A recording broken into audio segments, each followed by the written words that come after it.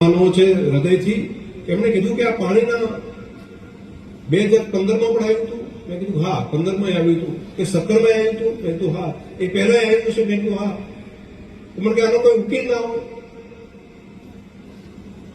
આનો તાત્કાલિક ઉકેલ એવો કરવો પડે કે નદીઓ પહેલા અહીંથી વહેતી હશે, નદીમાં પહેલા પાણી જતું હશે પણ ક્યાંક ને ક્યાંક અવરોધ આવ્યું છે અને પાણીના લીધે નદી આખી શેખ દરિયા સુધી આ રણ સુધી આપણે પહોંચે તો એની વ્યવસ્થા એના માટે મેં કીધું એમાં ખૂબ મોટો ખર્ચો થાય અને આવું આખું આયોજન કરવું પડે. માન્ય મુખ્યમંત્રીશ્રીએ કીધું ખર્ચા આવું ના જોશું અને પરમેનન્ટ વ્યવસ્થા કરો, કાયમી ઉકેલ કરો. રોજે રોજ પૂર આવે, રોજે રોજ સમસ્યા આવે એના કરતા એનો કાયમી ઉકેલ થાય.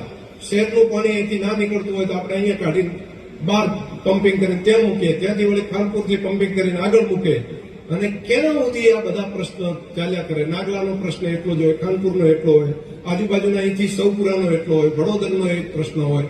તો આ આખા વિસ્તારમાંથી પરમેનન્ટ વ્યવસ્થા કંઈક કરવી પડે એની સૂચના પણ માનનીય મુખ્યમંત્રીશ્રીએ આપ્યું છે. મેં તો દબાતા જીવે કીધું, મેં તો સાહેબ આ તો ખર્ચો હજારો કરોડોનો થાય. મને કે 500,000 મને કે જે થાય 1000 કરોડની ચિંતા ક્યાં હોય, તમે જે થતું હશે એના માટે. તો આટલી ઉદારતાપૂર્વક એમણે જે આ વાત માનનીય મુખ્યમંત્રીશ્રીએ આપણા બધાની વચ્ચે કરી છે તો માનનીય મુખ્યમંત્રીશ્રીનો પણ નહીતર આપણે દબાતા હાલા કરે 100-2 કરોડ રૂપિયા થાય તો આપણને બહુ જાજુ લાગે. એટલે મેં તો વળી બળમાં કીધું 1000 કરોડ જેવું થઈ જાય એ કે એની ચિંતા ના કરો. તો આ વાત પણ માનનીય મુખ્યમંત્રીશ્રીએ આપણા માટે ઉદારતાપૂર્વક આપણા બધાની વચ્ચે કરી છે તો એમનો હૃદયથી આભાર.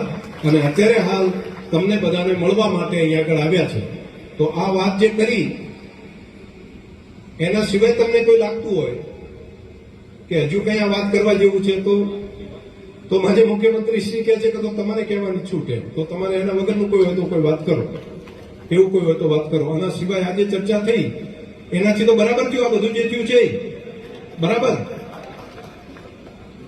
હોય તો ખખડાઈને તાલી પાડો.